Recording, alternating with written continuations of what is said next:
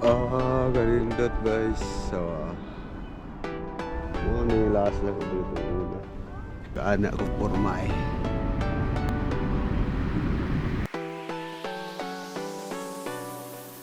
Karo patay ilaha mga kahoy.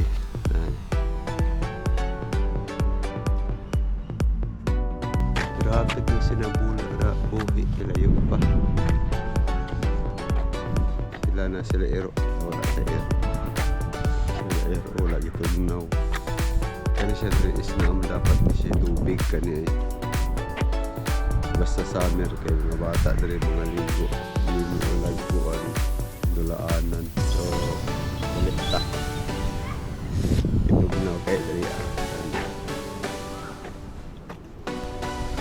anak kanina sila taho ni nga park. Ito park diha sa Pinas is grabe ra ka cute. Munang wala kayo mga nakot sa park niya dari ay disiplinado man sila. So ilahang basura ilang po na dalhon. So sa ato ang park mo og basurahan kita niyo o tanawa. O kita diha nga ang basura. Hindi kita na on diri mo.